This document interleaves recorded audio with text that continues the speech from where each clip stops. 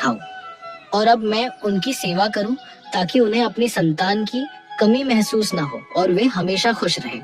अभी राजू ये सोच ही रहा था कि अचानक उसकी नजर एक कोयल पर पड़ी जो उसे बड़े ध्यान से देख रही थी। अरे, यह कोयल मुझे इतनी गौर से क्यों देख रही है? इसका आकार तो बाकी कोयलों से बड़ा है और देखने में भी यह कुछ डरावनी लग रही है।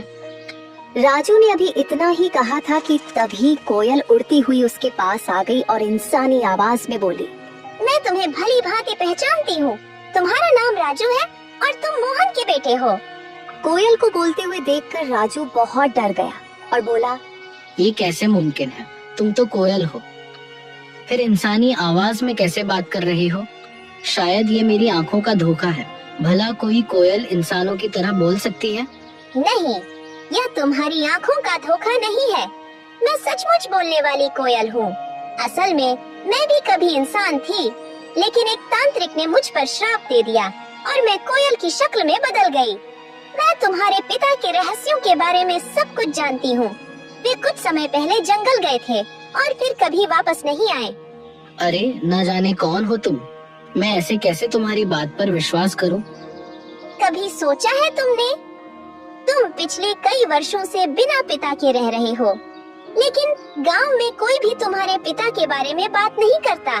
तुम्हारी कोई मदद नहीं करता सिवाय तुम्हारे गांव के सरपंच के। लेकिन मैं तुम्हारे पिता के बारे में सब कुछ बता सकती हूँ। तुम्हारे पिता अभी जिंदा है और मुझे यह भी पता है कि वे कहाँ हैं। अच्छा, तो बताओ, मेरे पिता कहाँ हैं? मैं उनसे मिलना चाहता हूँ। मैं तुम्हें जरूर बताऊंगी, मगर उससे पहले तुम्हें मुझे इस श्राप से मुक्त कराना होगा। राजू को न जाने क्यों उस कोयल से डर महसूस होने लगा। अरे, मुझे तो लगता है कि यह कोई राक्षस है जो मुझे अपने जाल में फंसा रहा है। इससे पहले कि यह मुझे नुकसान पहुंचाए, मुझे यहाँ से भागना होगा। यह सोचते ही राजू तेजी से गांव की ओर दौड़ पड़ा और कुछ ही पलों में अपने घर पहुंच गया। घर पहुंचकर राजू हांफते हुए बोला, अरे बाप रे, ये जंगल तो बहुत खतरनाक है। यहाँ तो जानवर भी इंसानों की तरह बातें करते हैं। मुझे तो लगता है कि वह जरूर कोई राक्षस था। मैं अब कभी उस जंगल में नहीं जाऊंगा।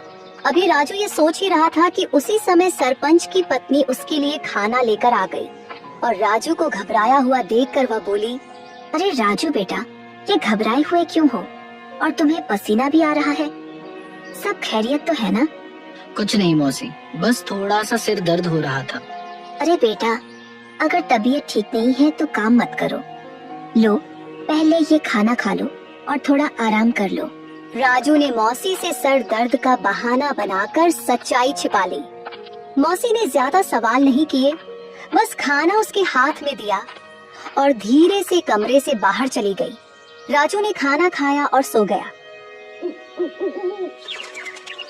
अगली सुबह जब राजू नींद से जागा तो उसके मन का डर समाप्त हो चुका था। वह अपने आप से बोला, अरे, शायद मैं कल उस कोयल को बातें करते देखकर कुछ ज्यादा ही डर गया था।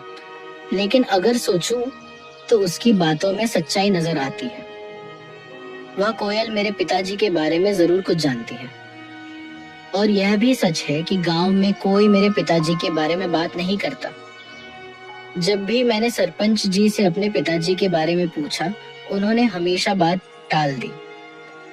बस इतना ही कहा कि मेरी माँ जन्म देते ही चल बसी और मेरे पिताजी कई साल पहले जंगल गए थे, जो फिर कभी वापस नहीं आए। मुझे उस जंगल में जाना चाहिए और उस कोयल को ढूंढकर अपने पिताजी के बारे में पूछना चाहिए। यह कहकर राजू जंगल की ओर चल पड़ा और कुछ ही देर में वह जंगल के उसी स्थान पर जा पहुंचा जहां कल उसे वह कोयल मिली थी। वह कोयल वहां पहले से ही मौजूद थी और राजू को देखकर उड़ती हुई सीधा उसके पास आ गई। मुझे पता था कि तुम जरूर आओगे, क्योंकि तुम भी अपने पिताजी मोहन की तरह ही बहादुर हो। मैं सिर्फ इसी वजह से आया हूँ क्योंकि मुझे अपने पिताजी से मिलना है। तुम कह रही थी कि तुम मेरे पिताजी के बारे में जानती हो, तो बताओ मेरे पिताजी कहाँ हैं? मुझे उनसे मिलना है। कल मैंने कहा था कि इसके लिए पहले तुम्हें मुझे इस श्राप से मुक्त कराना होगा, लेकिन तुम चिंता मत करो, मैं तुम्हारी मदद करना चाहती हूँ। तुम मुझे अपना दोस्त समझो। मैं जानती हूँ कि तुम बचपन से ही गरीबी से जूझ रहे हो और कभी कभी इस बात पर तुम्हें शर्म भी आती है। ये सुनकर राजू उदास होकर बोला, हाँ, तुम बिल्कुल सही कह रही हो। मैं सचमुच गरीब हूँ।